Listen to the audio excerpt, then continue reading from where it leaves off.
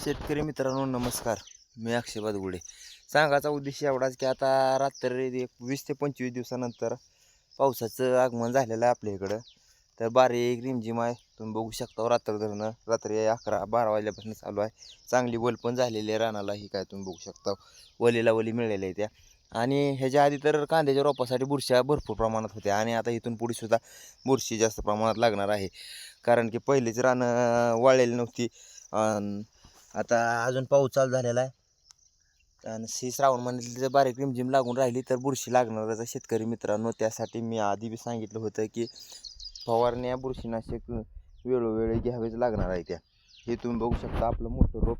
त्यातलं बी गेलं असं नाही, त्या खालच्या बाजूला थोडं गेलेलं आहे, पण रोप अजून तर चांगला एक नंबर आहे. आणि आता त्या मोठ्या रोपाला तर काहीच नाही. आणि हे बारकं रोप बी तुम्ही बघू शकता, ह्याच्यात सुद्धा आपली कुठंच मर नाही, बुरशी नाही किंवा तुटाळ नाही ना, काय नाही. तर ह्याच्यासाठी आपण हे वापरलेलं आहे येवर गोल. आणि त्याच्याबरोबर टॉनिक वापरलं होतं ॲग्रो पॉवर.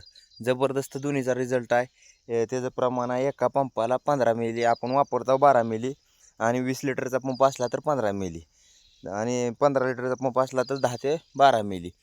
तर शेतकरी मित्रांनो, ते औषध मारून बघा तुम्ही, एक नंबर रिझल्ट आहे. आणि राहिलेलं औषध तुम्ही ह्याच्यातनं रेन पाईपातनं जरी सोडून दिलं, आता रोज मला 10 ते 15 शेतकरी फोन करते की रेन पाईपातनं कसं सोडून द्यायचं. तर ही रेन पाईपच आपला बी, आणि आपण बी रेन पाईपातनं सोडून दिलेला आहे. ह्या तर रोपाला तुम्हाला सांगतो, उगवलं की एक दुसऱ्या तिसऱ्या दिवशी मी औषध मारलेलं होतं. तरी ह्या बारक्या रोपाला सुद्धा बुरशी नाही. आणि ही मोठं रोप तर काय एकदम सेड झालेला आहे, त्याचा काय विषयच नाही. त्याला आता किती मोठा पाऊस पडला आणि काय बी झालं तरी बुरशी लागणार नाही. तर जबरदस्त टॉनिक आहे आणि बुरशीनाशक बी आहे मित्रांनो.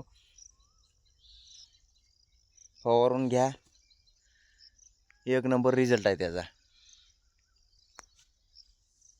ॲग्री पॉवर आणि येवर गोल जबरदस्त आहे. आता ही बी बारीक रोपावर आपण मारलं होतं, ही तुम्ही बघू शकता. मधनं पान फुटालेला, शेंडा फुटालेला.